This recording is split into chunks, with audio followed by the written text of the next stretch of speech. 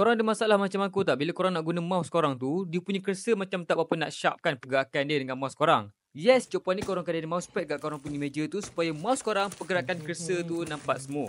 Tak perlu pening-pening korang nak fikir yang mana satu yang terbaik, aku dah tunjukkan kat korang semua one of yang terbaik. Mousepad anti-slip dan juga waterproof, diperbuat daripada kulit. Mungkin ada yang tahu, mungkin ada yang tak tahu, mungkin juga ada yang tak tahu.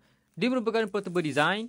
Maksudnya korang boleh bawa ke mana-mana sajalah sebab dia ada bagi sekali dengan korang nak ikatkan dia punya mousepad ni. Yang aku punya ni yang paling besar dan warna hitam. Korang boleh pilih warna yang mana korang berkenan ataupun korang nak saiz mana sesuai yang korang nak. Kenapa aku cakap ni mousepad one of terbaik yang ada? Sebab dia diperbuat daripada kulit, waterproof, anti-slip dan yang paling penting murah.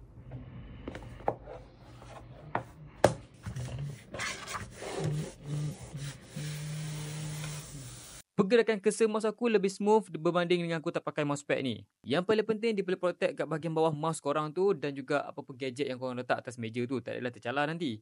Aku sangat terkejut. Mousepad ni memang betul-betul melekat dekat korang punya meja. So ya, aku dah sediakan link dekat bawah. Korang boleh tekan saja dapatkan sekarang mousepad ini yang sangat murah. See you on next video. Jangan lupa berselawat.